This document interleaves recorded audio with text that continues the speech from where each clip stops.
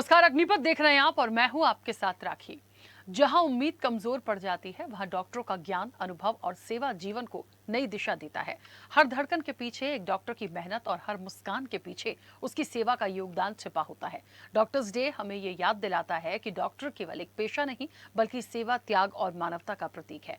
Doctor केवल बीमारी का इलाज ही नहीं करते, बल्कि मरीज और उसके परिवार को मानसिक संबल भी देते हैं।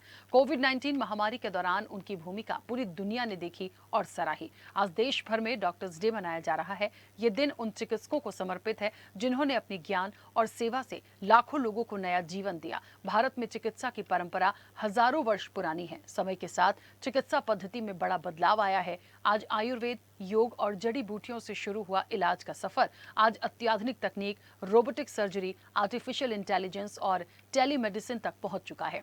पहले गांव में वैद्य और पारंपरिक चिकित्सक लोगों का उपचार करते थे, जबकि आज विशेषज्ञ डॉक्टर जटिल से जटिल बीमारियों का सफल इलाज कर रहे हैं।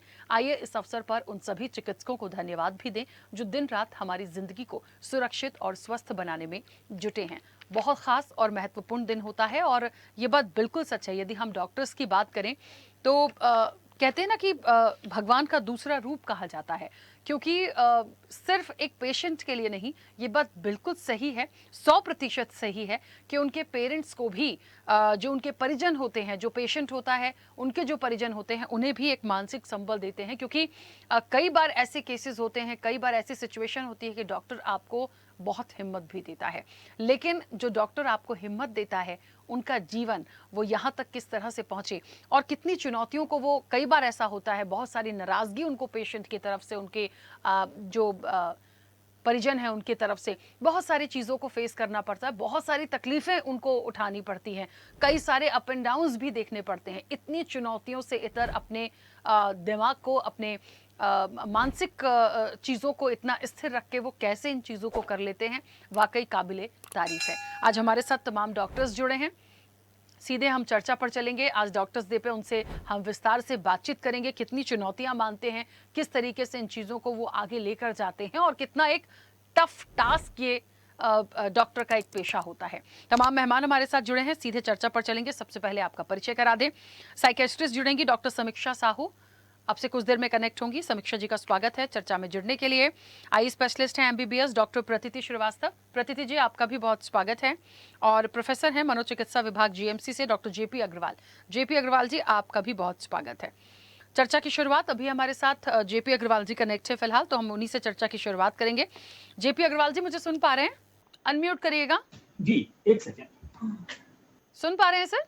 हाँ जी। हाँ, जेपी अग्रवाल जी, सबसे पहले तो डॉक्टर दिवस की बहुत सारी शुभकामनाएं। आप लोगों के काम को सैल्यूट है, और इसलिए क्योंकि मुझे शायद बताने की ज़रूरत नहीं है कि डॉक्टर का पेशा क्या होता है, कैसे मरीजों की जान बचाते हैं, लेकिन आज क्योंकि डॉक्टर्स डे है, आप लोगों का दिन है, तो शुभकामनाओं के साथ एक महत्वपूर्ण सवाल, कितनी चुनौतियाँ देखते हैं, खुद को कितना संभालते हैं। कई बार ऐसा होता है कि बहुत सारी ऐसी चीज़ें होती हैं, बहुत सारे डिस्टर्बेंस भी आते हैं, अप एंड डाउन्स आते हैं, लेकिन फिर भी अपने दिमाग को, अपने आप को स्थिर रखते हुए आप एक मरीज का इलाज करते हैं, उनके जो परिजन हैं उन्हें काफ़ी संबल देते हैं। कितना अप एंड डाउन्स आप डॉक्टर के पेशे को देखते हैं, कितनी चुनौतियों भरा मानते हैं? आप सभी को भी डॉक्टर्स डे की शुभकामनाएं। अगर हम चैलेंजेस की बात करें तो डॉक्टर्स का जीवन थोड़ा कठिन होता है। उनके पास शायद परिवार के लिए उतना टाइम नहीं होता जितना किसी सामान्य व्यक्ति के पास हो सकता है। उन्हें अपने प्रोफेशन के साथ साथ उसे अपग्रेड करने की भी आवश्यकता रहती है, क्योंकि मेडिकल साइंस जो है कंटिन्यूअसली एनरिचिंग फील्ड है। वो धीरे जैसे जैसे नया नया कुछ हमारा ज्ञान बढ़ता जाता है, कुछ नई नॉलेज आती जाती है, नए नए जर्नल्स में नए नए ट्रीटमेंट आते हैं, नई नई बीमारियों के बारे में जानकारी मिलती है। जैसे आप ही अगर देखें तो 2020 से पहले कोविड नाम से कोई वायरस किसी को ज्ञात ही नहीं था। फिर एक बीमारी आई, उसका उपचार आया, उसका वैक्सीन आया और एक पूरी जंग लड़ी गई। तो वैसे ही कई बार जो चैलेंजेस आते हैं उसमें चैलेंज ये भी आता है कि जो परिजन है, मरीजों के परिजन हैं, वो जो इलाज में कई बार कॉम्प्लिकेशंस हो सकते हैं, उन्हें समझ नहीं पाते, और उस वजह से डॉक्टरों और मरीजों के बीच में विश्वास की कमी होती है, और इस वजह से भी कई बार तकलीफ या आपको अनावश्यक कई बार कोई केस वगैरह दिखाई देता है। पर आप विश्वास करिए, प्रत्येक डॉक्टर अपने मरीज की जान बचाने की या उसका इलाज करने की भरसक प्रयास करता है। कोई भी डॉक्टर मेरी नज़र में ऐसा नहीं हो सकता जो मरीज का नुकसान करना चाहे।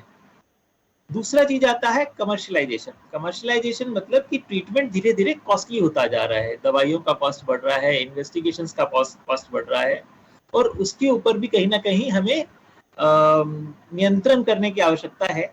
और आयुष्मान भारत उस मामले में एक बेहतर विकल्प है जिसके माध्यम से हम धीरे धीरे उसको कॉस्ट को कम कर पा रहे हैं आयुष्मान भारत के माध्यम से। बिल्कुल ठीक है, मैं वापस आऊंगी। समीक्षा जी जुड़िए हमारे साथ।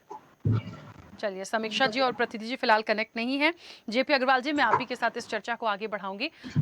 मेरा एक व्यक्तिगत सवाल है, क्योंकि हमारा प्रोफेशन बिल्कुल अलग है और डॉक्टर्स की बात बिल्कुल अलग होती है, क्योंकि आप एक मरीज का इलाज कर रहे होते हैं। जैसा कि मैंने पहले भी कहा, एक मेंटल सपोर्ट भी बहुत मायने रखता है, स्पेशली जब कोई ऑपरेशन हो रहा है या कोई बड़ा कोई क्रिटिकल केस है, तो बहुत ज़्यादा पैनिक हो जाते हैं उनके जो परिजन होते हैं, वो भी कई बार जो पेशेंट है वो भी बहुत ज़्यादा एकदम नर्वस उसमें हो जाता है। और एक चीज़ बड़ी महत्वपूर्ण है, समटाइम्स डॉक्टर्स के साथ भी ऐसा होता है, उनकी भी अपनी लाइफ है, उनका भी माइंड एक जैसा नहीं हो सकता, सबके लाइफ में अप एंड डाउन्स हैं। कई बार ऐसा होता है कि कभी सोचते हैं बहुत कोई क्रिटिकल केस है, कोई बड़ा ऑपरेशन है, तो क्या डॉक्टर्स के मन में भी ये बात आती है कि कैसे उन चीज़ों को करना है, कितना अपने आप को प्रिपेयर करते हैं उस ऑपरेशन से पहले? अगर किसी भी सर्जन को कोई अगले मॉर्निंग केस करना है तो उसकी तैयारी उसके दिमाग में उसके पहली वाली रात से चालू हो जाती है कि कैसे करना है, कैसे स्टार्ट करना है, कौन से असिस्टेंट या किस नर्सिंग स्टाफ के साथ करना है, और क्या उसके बाद उसको मैनेज करना है। तो इस मामले में काफ़ी तैयारी लगती है, मानसिक रूप से भी काफ़ी तैयारी लगती है। और सिर्फ एक ही केस नहीं होता, कई बार एक के बाद एक कई सारी सर्जरीज भी करनी पड़ती हैं। तो उन सब के अंदर एक तरह से काफी मानसिक तैयारी और मेंटल स्ट्रेंथ की जरूरत पड़ती है। और हर डॉक्टर को भी अपने मानसिक स्वास्थ्य का ध्यान रखने की बहुत आवश्यकता रहती है, ताकि वो खुद कभी बर्नआउट का शिकार नहीं हो। मेडिकल फील्ड में एक जो बहुत इंपॉर्टेंट दूसरी प्रॉब्लम हो सकती है उसे कहते हैं बर्नआउट, कि आप एक ही काम लगातार करते करते हताश और निराश कई बार फील करने लगे थे। आपने किसी मरीज पे बहुत मेहनत की और वो मरीज बाई चांस किसी कारण से सरवाइव नहीं कर पाया, वो भी बर्नआउट का एक महत्वपूर्ण कारण हो सकता है। तो मेडिकल फील्ड के लिए एक चैलेंज ये भी रहता है कि वो अपने प्रोफेशनल बर्नआउट से कैसे निपटे। बिल्कुल। एक चीज़ और है, एक डॉक्टर बनने के लिए बहुत कड़ी परीक्षा है, कड़ी मेहनत है, क्योंकि मैं और आप पहले भी जब हम एक चर्चा में जुड़े थे, जब हम नीट को लेकर बात कर रहे थे, मुझे याद है। तो देखिए, ये तो सबको पता है कि एक एग्ज़ाम होता है, टफ एग्ज़ाम होता है, उसे हमें निकालना होता है, फिर आगे हमें और चीज़ों को फेस करना होता है। लेकिन यदि मैं रिसर्च की बात करूँ, जेपी अग्रवाल जी, तो सेल्फ स्टडी, रिसर्च और बहुत डेप्थ में जाकर उस चीज़ को समझना, क्योंकि आगे चल के आप किस फील्ड में जा रहे हैं, किस तरह के ऑपरेशंस आप करेंगे, क्योंकि अलग अलग स्पेशलिस्ट होते हैं डॉक्टर्स में भी, उन सब चीज़ों के लिए कितनी मेहनत है, क्योंकि उस चीज़ का एक्सपर्ट बनना मुझे लगता है अपने आप में एक बड़ी बात होती है। देखिए, जब मैं 11th या 12th में था तो मुझे लगता था कि एमबीबीएस कर लिया बस हो गया, शायद इतनी ही डॉक्टरी की पढ़ाई होती होगी। तो शायद उसी उत्साह में वो 5.5 साल 4.5 साल का एमबीबीएस का कोर्स, 1 साल की इंटर्नशिप निकल गई। उसके बाद पता चला कि भाई अभी तो काम सीखना बाकी है, ये तो एक तरह से बेसिक डिग्री है। तो काम सीखने के लिए पता चला कि एमडी या एमएस करना पड़ेगा, और उसके लिए एक अलग एंट्रेंस टेस्ट होगा। जैसे नीट यूजी होता है वैसे एक नीट पीजी होता है, जो कि नीट यूजी से भी ज्यादा टफ है एक तरह से। तो नीट पीजी का एग्जाम देके फिर अलग अलग विधाओं के स्पेशलिस्ट बनते हैं। और फिर अब देखने में आया है कि जैसे अगर कोई एमडी जनरल मेडिसिन में करता है या जनरल सर्जरी में करता है, तो उसके बाद उसे लगता है कि भाई ये भी और स्किल सीखने की भी बाकी है। तो उसके लिए एक नीट का और एग्जाम होता है सुपर स्पेशलिटी का। जैसे अगर किसी को cardiologist, neurologist, nephrologist, neurosurgeon, cardiac surgeon ये सब बनना है, या इवन साइकेट्री में भी आगे जीरेटिक साइकेट्रिस्ट या चाइल्ड साइकेट्रिस्ट बनना है, उसके लिए सुपर स्पेशलाइजेशन होता है। तो सुपर स्पेशलाइजेशन भी एक तरह से 3 साल का होता है, और उसका भी अलग से एग्जाम है। तो अगर हम टोटल पढ़ाई का अवधि देखें, तो अगर कोई सुपर स्पेशलिस्ट डॉक्टर है तो उसने करीब 13 साल करीब अपने पढ़ाई में, और क्योंकि एग्जाम भी कई बार साथ साथ नहीं होते, कुछ गैप की आपका एमबीबीएस हो गया पर अभी नीट का एग्जाम होने में कम से कम 8-10 महीने का टाइम बाकी है, तो उस हिसाब से करीब 14 से 15 साल किसी सुपर स्पेशलिस्ट को बनने में लग जाते हैं। तो ये अवधि काफी बड़ी है और इंसान जो डॉक्टर है वो स्किल्स उसकी धीरे धीरे वो सीखता है और उस स्किल्स को धीरे धीरे अप्लाई करके फिर वो अपनी प्रैक्टिस और कुछ प्रोफेशनल जो उसकी क्रेडिबिलिटी है वो डेवलप करता है। तो प्रोफेशनल क्रेडिबिलिटी डेवलप करने में काफी साल लगते हैं। बिल्कुल, चलिए मैं जल्दी से वापस आऊंगी। समीक्षा जी हमारे साथ कनेक्ट हो गई हैं। समीक्षा जी मुझे सुन पा रही हैं? जी जी, मुझे आवाज आ रही है। हाँ मैम, सबसे पहले तो डॉक्टर्स डे है आज, आपको बहुत सारी शुभकामनाएं। बीइंग अ डॉक्टर आप कई सारी चर्चाओं में मेरे साथ जुड़ी हैं, हमने बहुत सारे विषयों पर बात करी है, तो सबसे पहले तो डॉक्टर्स डे की आपको बहुत सारी शुभकामनाएं। और एक सवाल है मैम कि सबसे पहला सवाल जो मैंने जेपी अग्रवाल जी से भी लिया, कितना टफ टास्क और कितना चैलेंजेस से भरा होता है एक डॉक्टर का पेशा? पहले तो थैंक यू सो मच राखी जी। सही बात है, हमारी जर्नी में काफी सारे अलग अलग पॉइंट्स, अलग अलग केसेस के बारे में डिस्कशन हुआ है। और अगर एज अ डॉक्टर हम बात करें अपनी जर्नी की, तो मुझे लगता है चैलेंजेस हर फील्ड में आते हैं, हर प्रोफेशन में आते ही हैं। हमारे जो चैलेंजेस होते हैं कुछ ज्यादा पर्सनल डेफिनेटली होते हैं। कई बार हम लाइफ की इतनी ज्यादा प्रॉब्लम्स, बुराइयां, दुख और पीड़ा, डेथ देखते हैं इतने करीब से कि वो डेफिनेटली कई बार हम पे एक लॉन्ग लास्टिंग इम्पैक्ट छोड़ता है।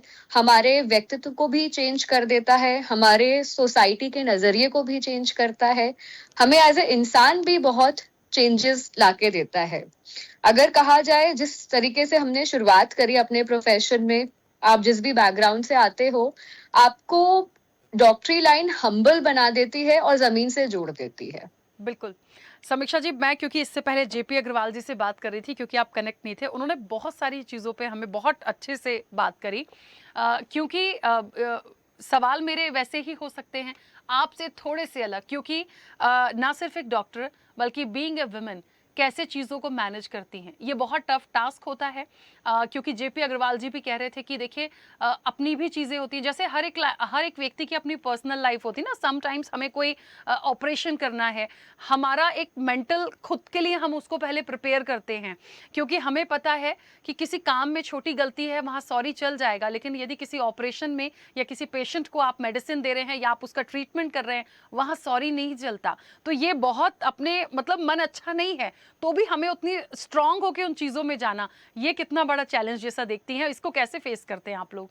देखिए, इस पहलू के मैं दो पॉइंट ऑफ व्यू से बात करती हूँ। एज अ फीमेल डॉक्टर इस कंट्री में मेरे साथ जितनी भी अगर फीमेल डॉक्टर्स जुड़ी होंगी वो इस बात से अग्री करेंगी।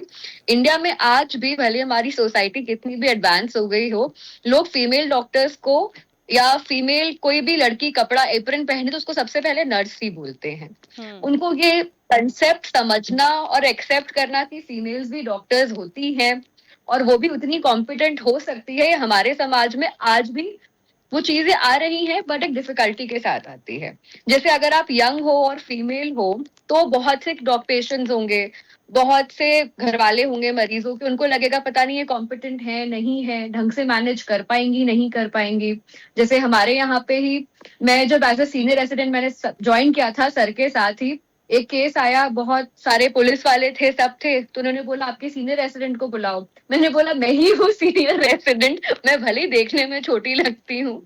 तो बहुत से आपके ना जेंडर, आपकी एज को लेके लोगों के अंदर बायस होते हैं, but with time, with persistence, आप लोगों के बायसेस चेंज होते हैं और समहाउ आप भी चेंज होने लगते हो। आपके अंदर भी क्या होता है, थोड़ा सा अग्रेशन आने लगता है, आपके अंदर भी थोड़ा सा क्या कहते हैं, एक वो वाला फैक्टर आ जाता है कि नहीं भाई, सामने वाले को समझना चाहिए। आपके बात करने का तरीके में भी जो सॉफ्टनेस होती है वो कई बार चेंज हो जाती है, लोगों को ये समझाने के लिए कि भाई एक अथॉरिटी फिगर के शायद आदमी ज्यादा सुनता है, तो आपका पहनावा, बात करने का लहजा, वो सब चेंजेस होता है। हम जब बात करते हैं हमारी मिस्टेक्स की, देखिए एज ह्यूमन बीइंग हर आदमी मिस्टेक करता है, प्रोफेशन में गलतियां होती हैं, हम भी अपनी मिस्टेक से सीखते हैं। बट हम एक मेडिकल कॉलेज सेटअप में काम करते हैं, तो वहां पे हमारे ऊपर इतने सारे लेवल्स होते हैं कि रेस्टोरेंट ने देखा, एपी ने देखा, associate ने देखा, फिर सीनियर प्रोफेसर ने देखा, एचओडी ने देखा। तो हम मिनिमम करने का कोशिश करते हैं हमारी फील्ड में कि हमारी गलती भी लाइव जा सकती है। वैसे अगर आप प्राइवेट प्रैक्टिस भी करते हो तो भी आपको अपने आप को एस्टैब्लिश करने में, स्टेबल करने में बहुत टाइम लग जाता है। और आप एकदम से जाके फील्ड में नहीं जाते हो, आप काफी साल अपने सीनियर्स के साथ काम करते हो, उनको शैडो करते हो, फिर आप जाके सीखते हो। और लाइफ में कई बार आपके पेशेंस, आपका एक्सपीरियंस आपको बहुत बहुत कुछ सिखाता है। तो हम इतनी किताबें पढ़ते हैं, इतने सब लेक्चर्स करते हैं, सब डिस्कशन होता है कि हम उन चीजों को अवॉइड करें। बट ऑफ कोर्स अगर कभी कोई गलती होती है और किसी मरीज को नुकसान होता है, कभी कोई मरीज के साथ कुछ दुर्घटना घट जाती है, ऐसा नहीं है कि डॉक्टर सफर नहीं करता, हम भी बहुत ज्यादा सफर करते हैं। हर पेशेंट के साथ हमारे भी इमोशंस उतने ही रहते हैं। भले ही वो व्यक्ति उस घर का बेटा हो, बच्चा हो, कोई भी हो, वो मरीज हमारा भी था। तो अगर किसी मरीज को कुछ बुरा होता है, बीमार होता है, या तो उसकी डेथ होती है, तो एक डॉक्टर भी उतना ही दुखी होता है जितना उसके परिजन होते हैं, और कई बार उनसे भी ज्यादा होता है।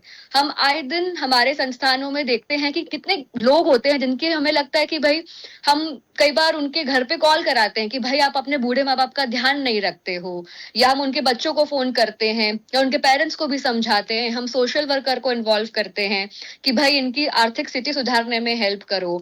हम कई बार, हमें पॉक्सो के केसेस मिलते हैं, हम पुलिस को इन्वॉल्व करते हैं, हम पेशियों पे जाते हैं, सारी की सारी चीजें करते हैं मरीजों के लिए। तो हम भी पेशेंट्स के साथ सफर भी करते हैं, आगे भी बढ़ते हैं, और चेंज भी होते हैं। एक छोटा सा सवाल और है, क्योंकि आप एक साइकेट्रिस्ट हैं और मुझे लगता है मेंटल हेल्थ जो होती है, क्योंकि कई विषयों पर हम बैठे, बहुत ज़्यादा किसी को संभालना, या कोई बहुत ज़्यादा मानसिक रूप से परेशान है उसको ठीक करना, या उसे उसकी तकलीफ़ों से निकाल ले जाना, ये अपने आप में बहुत बड़ी बात है, क्योंकि इमोशनली कोई हर्ट हुआ है ना, उसको संभालना बड़ा मुश्किल होता है, ये मैं समझ सकती हूँ। लेकिन मैम, एक डॉक्टर के जीवन में भी तो अप एंड डाउन्स होते हैं, बहुत सारा स्ट्रेस आता होगा, बहुत सारी ऐसी चीज़ें हैं कि हमें खुद से संभालनी है, तब क्या करते हैं, कैसे मैनेज करते हैं? देखिए, हर लाइफ में, हर आदमी के प्रोफेशन में, हर व्यक्ति के साथ कुछ ना कुछ अप एंड डाउन उसके फैमिली लेवल पे, पर्सनल, फिजिकल, इमोशनल लेवल पे चलता ही रहता है। कई बार डिफिकल्ट होता है काम के साथ मैनेज करना, तो कई बार आप गुस्सा भी करने लगते हो, चिड़चिड़ाने भी लगते हो। फिर विथ टाइम आप मैनेज करते हो, क्योंकि आपका काम, आपके साथ काम करने वाले, आपका मरीज भी आपका एक परिवार बन जाता है। तो जब आप कई बार अपनी परेशानियों से घिरे भी रहते हो, लाइफ की सबसे, घर में बहुत कुछ खराब भी चल रहा हो, बट आप अपने ऑफिस जाते हो, डिपार्टमेंट जाते हो, मरीजों से बात करते हो, आपको वो पूछते हैं कि आप दिखे नहीं, कहाँ थे, तो आपका ना ऑटोमेटिकली आधी टेंशन दूर हो जाती है। वो सब एक दूसरे से दुख बच सा जाता है, माइंड डाइवर्ट सा हो जाता है। फिर हम जब इतनी सब कठिनाइयां देखते हैं, तो फिर हमको भी प्रेरणा मिलती है, हिम्मत मिलती है कि देखो, सामने वाला भी तो कितना परेशान है, हमें भी आगे बढ़ना है, क्योंकि अगर हम आगे नहीं बढ़ेंगे तो हमारे मरीजों को हम कैसे सहायता करेंगे। तो वो सब चीजें धीरे धीरे एक एक दूसरे के साथ कंपेनियनशिप, एक ग्रुप, एक दूसरे की हेल्प करके सब आगे बढ़ जाते हैं। और कई बार अपने इमोशंस को भी आप कंट्रोल करना विथ टाइम सीखते हो। जैसे मैंने जब साइकाइट्री ज्वाइन करी थी, तो आज से ऑलमोस्ट 10 साल हो गए हैं। तो जब शुरू शुरू में मैंने कोई चीज ज्वाइन करी, जब साइकाइट्री में, तो मैं बड़ी अपसेट होती थी मरीजों को देख के। मैंने कहा कितनी प्रॉब्लम है, क्या क्या पीड़ाएं हैं। तो कभी कभी आप भी दुखी होते हो, आप भी रोते हो पेशेंट्स का प्रॉब्लम देख के। फिर आप धीरे धीरे उस चीज से निकलते हो कि आप सिंपथाइज नहीं कर सकते, वरना आप भी सफर करोगे हर मरीज के साथ, और अल्टीमेटली आप बर्न आउट हो जाओगे। तो आप एम्पथी में कन्वर्ट करते हो अपने इमोशंस को, कि आप पेशेंट्स का प्रॉब्लम समझते हो, मतलब being in their shoes, and you try to see the situation in a most optimal way, आप मरीज को कैसे हेल्प कर सकते हो। तो आपको खुद को भी इमोशनली रीट्रेन करना पड़ता है। तो बहुत से चेंजेस हैं जो as a female, as a doctor, आप you go through in the long vast career. बिल्कुल। जेपी अग्रवाल जी, क्योंकि डॉक्टर्स की इतनी सराहना है, उनका सेवा और समर्पण का भाव होता है। देखिए, किसी को ठीक करना, किसी को मौत के मुंह से निकाल लाना, ये छोटी सी बात नहीं होती। मुझे लगता है मैं किसी भी प्रोफेशन से कंपेयर करूं तो डॉक्टर्स को मैंने शुरुआत ही करी थी भगवान का दूसरा रूप बोलते ही इसलिए, क्योंकि आपको एक अच्छा जीवन, आपको स्वास्थ्य कौन दे रहा है? आप स्वस्थ रहेंगे तो आपका जीवन है, तभी आप जीवन में कुछ अचीव कर सकते हैं। यदि आप स्वस्थ ही नहीं है तो फिर कुछ हो नहीं सकता। तो मुझे लगता है डॉक्टर जो है उनकी महत्वपूर्ण भूमिका होती है। प्रेजेंट में जितने भी लोग इस पेशे में जाना चाहते हैं, या जैसे आप लोग भी हैं और भी डॉक्टर्स हैं, मैं सभी के लिए क्योंकि डॉक्टर्स डे पे बात कर रही हूँ, कुछ डिमांड्स होती होंगी, कुछ ऐसी चीजें हैं जो होना चाहिए आप लोगों के लिए भी गवर्नमेंट की तरफ से। कोई ऐसा सुझाव हो आपका कि उनके और आने फ्यूचर में उनके लिए और ज्यादा कोई उनको सुविधाएं देने के लिए, या कोई ऐसे सुझाव जो डॉक्टर्स के हित में होने चाहिए, कुछ कहना चाहते हैं? अनम्यूट करिएगा। देखिए, अभी नए नए मेडिकल कॉलेजेस बन रहे हैं और कभी कभी अखबारों में पढ़ने को मिलता है कि वहाँ पे पर्याप्त इंफ्रास्ट्रक्चर नहीं है, टीचर्स नहीं हैं, लैब में इक्विपमेंट्स नहीं हैं। तो मेडिकल कॉलेजेस खोलना अच्छी बात है, शायद हमें और डॉक्टरों की ज़रूरत है, पर हमें अच्छे क्वालिटी के डॉक्टर्स की ज़रूरत है। और अच्छे क्वालिटी के डॉक्टर्स के लिए ज़रूरत है कि अच्छी ट्रेनिंग उपलब्ध कराई जाए। अच्छी ट्रेनिंग तभी हो पाएगी जब पर्याप्त इंफ्रास्ट्रक्चर होगा, पर्याप्त टीचर भी होंगे। और सिर्फ यूट्यूब के वीडियो से तो कोई डॉक्टर बन नहीं पाएगा। उन जिन चिकित्सालयों में वो डॉक्टर बनेंगे, चिकित्सालयों में मरीज भी होने चाहिए, क्योंकि उन मरीजों से ही वो सीखेंगे। तो हमारी जो पढ़ाई चालू होती है वो एक तरह से एनाटॉमी में कैडावर से चालू होती है। कैडावर हमारा पहला एक तरह से टीचर है, और कैडावर से सीखने के बाद हम ह्यूमन बॉडी के ऊपर सीखते हैं।